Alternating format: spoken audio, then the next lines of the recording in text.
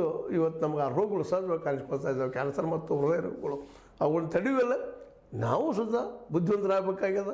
ಯೋಗದ ಕಡೆಗೆ ಇನ್ನುಳಿದ ಒಂದು ಸಹಜವಾಗಿ ನ್ಯಾಚುರೋಪತಿ ಕಡೆಗೆ ಹೋಗ್ತಾನೆ. ಜೊತೆಗೆ ಶರೀರ ರಕ್ಷಣೆ ಜೊತೆಗೆ ಅನಿವಾರ್ಯ ಆದಾಗ ಈ ಅಲೋಪತಿಯ ಈ ನಮ್ಮ ಕ್ಯಾನ್ಸರ್ ಔಷಧಿಗಳನ್ನು ಜಿಲ್ಲಾ ಮಟ್ಟದಲ್ಲಿ ಕೊಡೋದನ್ನು, ಅದು ಡೇ ಕೇರ್ ಕಿಮೋಥೆರಪಿ ಅಂತ ಒಂದು ಚಿಕಿತ್ಸೆನ ಕೊಡೋಂಥವು ಇಲ್ಲಿ ಯಾವುದಪ್ಪ ಅಂತಂದ್ರೆ ಎಷ್ಟೋ ಬೇಗ ಬಡವರಿಗೆ ಅನುಕೂಲ ಆಗ್ತದೆ. ಈ ಎಲ್ಲ ನೆಲೆಯಲ್ಲ ಈ 5 ಗ್ಯಾರಂಟಿಗಳ ಜೊತೆಗೆ ಈ ಆರೋಗ್ಯ ಗ್ಯಾರಂಟಿಯನ್ನು ನಮ್ಮ ಸಿದ್ದರಾಮಯ್ಯ ಕೊಟ್ಟಿದ್ದು ನಿಜವಾಗಿಯೂ ಇದು ಮೆಚ್ಚುವಂಥ ಕೆಲಸ. ಟಿಪ್ಪಣಿಗಳು ಇದ್ದೇ ಇರ್ತಾವೆ, ಆ ಮಾತು ಬೇರೆ. ಆದರೆ ಇದೆಲ್ಲ ಕೊಡೋದ್ರ ಜೊತೆಗೆ ಮತ್ತು ಇನ್ನೊಮ್ಮೆ ಹೇಳುವಂಥದ್ದು, ಮೊದಲನೇದಾಗಿ ನಮಗೆ ಬೇಕಾಗಿದ್ದು ವೈದ್ಯರು ಸಿಗಬೇಕು. ವೈದ್ಯರ ಕೊರತೆ ಅದ ಸರ್ಕಾರಿ ಆಸ್ಪತ್ರೆಗಳಲ್ಲಿ, ಮೊದಲನೇದು. ಎರಡನೇದ್ದು ಔಷಧದ ಕೊರತೆ ಅದ, ಅವು ಸಿಗಬೇಕು. ಮೂರನೇದು ಭ್ರಷ್ಟಾಚಾರದಲ್ಲಿ ನಿಂತು ಹೋಗ್ಬೇಕು.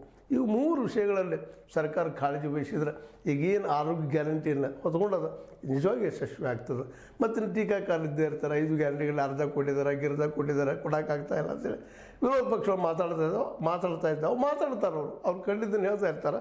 ಅದನ್ನು ಸರ್ಕಾರ ಇನ್ನಷ್ಟು ಆದ್ಯತೆಯಾಗಿ ಗಮನ ಕೊಟ್ಟ ಅವ್ರು ಪರಿಹಾರ ಮಾಡಿದರೆ ಈ ಜಿಲ್ಲಾ ಆಸ್ಪತ್ರೆಗಳಲ್ಲಿ ಏನು ಕಿಮೋಥೆರಪಿ ಏನು ಕೇಂದ್ರ ಸಿಗಬೇಕು, ಚಿಕಿತ್ಸೆ ಕೊಡಬೇಕು ವಿಚಾರ ಮಾಡಿದ್ದಾರೆ ಮತ್ತು ಆರಂಭ ಮಾಡಿದ್ದಾರೆ. ಇದು ನಿಜವಾಗಿಯೂ ಒಂದಿಷ್ಟು ನಮ್ಮ ಬಡ ಜನರಿಗೆ ದೊಡ್ಡ ಏನಪ್ಪ ಆಶ್ರಯ ಆಗ್ತದೆ ಅನ್ನೋದ್ರ 2 ಮಾತಿಲ್ಲ ಅಂತ ಹೇಳ್ತಾ, ಇದು ಈಗ ಆಲ್ರೆಡಿ ಹೇಳಿದಂಗೆ ವೈದ್ಯರ ಕೊರತೆ ನಿವಾರಿಸ